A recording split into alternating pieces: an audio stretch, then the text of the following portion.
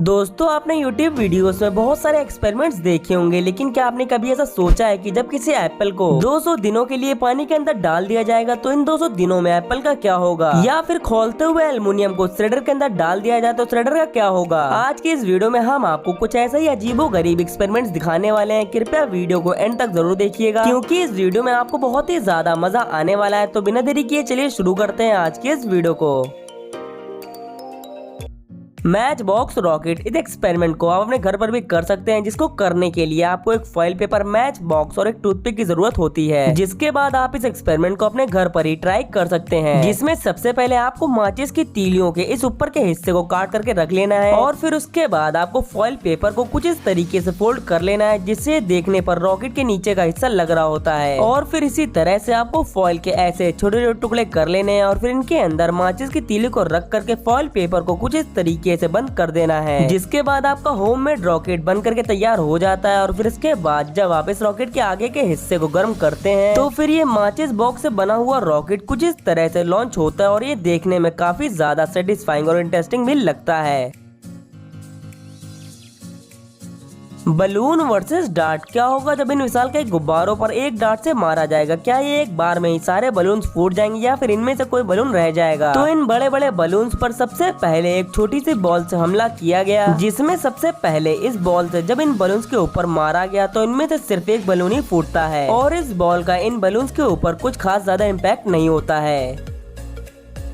तो अब बारी आती है जब इन बलून्स के ऊपर डार्ट से मारा जाता है। तो जैसे ही बलून्स पर इस डार्ट को पॉइंट करके मारा जाता है तो उसके बाद तो ये सारे बलून्स एक एक करके फूटते चले जाते हैं, और इनमें आखिरी तक कोई भी बलून्स नहीं बचता है। मतलब कि इन बलून्स के ऊपर ये डार्ट बॉल से भी ज्यादा इम्पैक्ट डालता है। Hydraulic press versus super heated log, अगर इस बेहद ही गर्म ताले को हाइड्रोलिक प्रेस के नीचे रखने से पहले इस सॉलिड कॉपर के एप्पल को रखा गया, जो कि ये एप्पल हाथ में ही पकड़ने से लग रहा था कि ये एप्पल कितना ज्यादा भारी है और ये पूरा अंदर से ठोस है। अब क्या होगा जब इस ठोस एप्पल के ऊपर हाइड्रोलिक प्रेस से प्रेशर लगाया जाएगा? तो सबसे पहले एप्पल को हाइड्रोलिक प्रेस के नीचे रखने के बाद इस एप्पल के ऊपर हाइड्रोलिक प्रेस से प्रेशर लगाया जाता है, तो ये कॉपर का एप्पल ठोस होने की वजह से ऊपर नीचे से चपटा हो जाता है। जिसके बाद एप्पल को दूसरी साइड से पलट करके इसी हाइड्रोलिक प्रेस के नीचे रखा जाता है, और फिर वापस से जब इसी के ऊपर प्रेशर लगाया जाता है तो ये एप्पल फिर से चपटा होने लगता है। इसी तरह से जब इस एप्पल के ऊपर बार बार प्रेशर लगाया जाता है तो उसके बाद तो ये ठोस कॉपर का बना एप्पल पूरा ही फ्लैट हो जाता है, और ये एप्पल देखने में कहीं से भी पहले जैसा नहीं लग रहा था। अब जब हाइड्रोलिक प्रेस के नीचे एक बाउंसिंग बॉल को रखा जाता है, आप में से बहुत सारे लोग ऐसे होंगे जो कि बाउंसिंग बॉल के बारे में नहीं जानते होंगे, तो उन्हें मैं बता दूं कि ये बाउंसिंग बॉल एक ऐसी बॉल होती है जिसको अगर आप जमीन पर मारते हैं तो ये बॉल बहुत ही तेजी से ऊपर की तरफ चली आती है। ऐसे ही जब दोस्तों इस बॉल को हाइड्रोलिक प्रेस के नीचे रखा गया तो हाइड्रोलिक प्रेस के प्रेशर के आगे ये बॉल टिकी नहीं पाती है, और प्रेशर लगते लगते ये बॉल इतना ज्यादा फ्लैट हो जाती है कुछ ही सेकंड्स में इसके छोटे छोटे पार्ट्स हाइड्रोलिक प्रेस से बाहर निकल आते हैं। मतलब कि इस बाउंसिंग बॉल के लाखों करोड़ों टुकड़े हो जाते हैं। ऐसे ही जब इस स्ट्रेस बॉल को हाइड्रोलिक प्रेस के नीचे रखा जाता है और उसके बाद इस बॉल के ऊपर प्रेशर लगाया जाता है तो ये बॉल एक साइड से निकल करके पूरी ही रेड हो जाती है, और इसे देखते हुए ऐसा लग रहा था मानो किसी पिंपल का रेड हिस्सा बाहर निकल आया हो। जिसके बाद हाइड्रोलिक प्रेस से इसके ऊपर हाई प्रेशर लगाने के बाद भी ये बॉल नहीं फटती है, और फिर इसके बाद जब इस बॉल को चाकू से काटा जाता है तो इस बॉल के अंदर भरा हुआ फ्लूइड बाहर निकल आता है। अब दोस्तों जब इसी हाइड्रोलिक प्रेस के नीचे एक लॉक को रखा जाता है जो कि प्योर मेटल का बना होता है, उसके बाद भी हाइड्रोलिक प्रेस से इसके ऊपर प्रेशर डालने के बाद भी इस लॉक के छोटे छोटे टुकड़े हो जाते हैं। उसके बाद जब इसी लॉक को हाई टेम्परेचर पर हीट करके हाइड्रोलिक प्रेस के नीचे रखा जाता है तो इस लॉक का हाई टेम्परेचर होने की वजह से हाइड्रोलिक प्रेस से प्रेशर लगाने पर ये पूरी तरह से फ्लैट हो जाता है, जो की आप अभी अपनी स्क्रीन पर देख ही सकते हैं।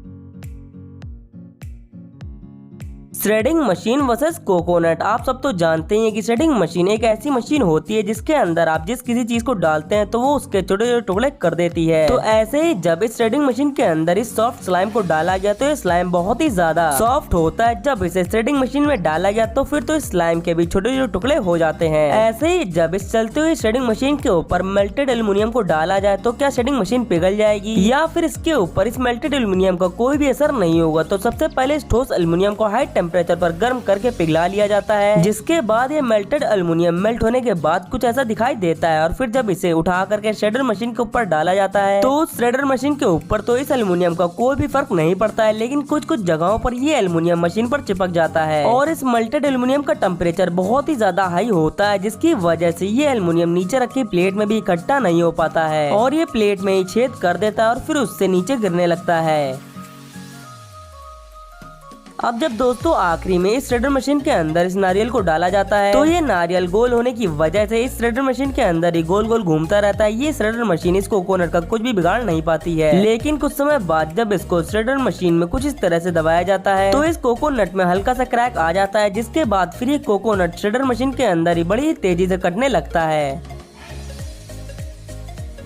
Apple in water for 200 days. दोस्तों आप में से शायद ही कोई ऐसा होगा जिसके दिमाग में सवाल आया हो कि क्या होगा जब एक एप्पल को 200 डेज के लिए पानी के अंदर डाल दिया जाएगा, तो क्या एप्पल 200 डेज के बाद भी ऐसा ही रहेगा या फिर इसके हालात ही बदल जाएंगे। तो चलिए देखते हैं इस एक्सपेरिमेंट को, जिसमें सबसे पहले एक कटोरे में ताजे पानी को भर लिया गया और फिर उसके बाद इसमें एक फ्रेश एप्पल को डाल दिया गया। तो पहले दिन में तो इस एप्पल के ऊपर पानी की छोटी छोटी बूंदे नजर आती है और फिर 3 से 7 दिनों के बाद इस एप्पल के ऊपर फंगस लगने लगता है और लगभग 10 से 12 दिनों के बाद इसके अंदर का पानी कम होने लगता है। और फिर जैसे जैसे इस एप्पल को 1 महीना हो जाता है तो ये एप्पल पानी के अंदर सड़ने लगता है और फिर जब 1 महीने के बाद इस एप्पल का एक हिस्सा पानी के बाहर होता है और दूसरा हिस्सा पानी के अंदर होता है, तो जो हिस्सा पानी के बाहर होता है उसमें कीड़े लगने लगते हैं और ये सेब ऊपर से सड़ने गलने लगता है, जिसके बाद धीमे धीमे इसके अंदर बहुत सारे बैक्टीरिया हो जाते हैं जो कि इस पूरे एप्पल को सड़ाना शुरू कर देते हैं। और फिर लगभग 100 दिनों के बाद ये एप्पल ऑलमोस्ट सड़ ही जाता है। इसमें बहुत सारे छोटे छोटे कीड़े पड़ जाते हैं और इसके अंदर पानी भी धीमे धीमे करके सूखता चला जाता है। और फिर जैसे जैसे इस एप्पल को 200 डेज कंप्लीट होते हैं उसके बाद जब इस एप्पल की हालत देखी जाती है तो कुछ ऐसी होती है, मतलब कि एप्पल पूरी तरह से सड़ चुका होता है। अब दोस्तों मुझे कमेंट करके ये बताओ कि यही अगर इस सेब को पानी में न रखकर ऐसे ही रखा जाता तो क्या ये इतने दिनों तक सरवाइव कर पाता।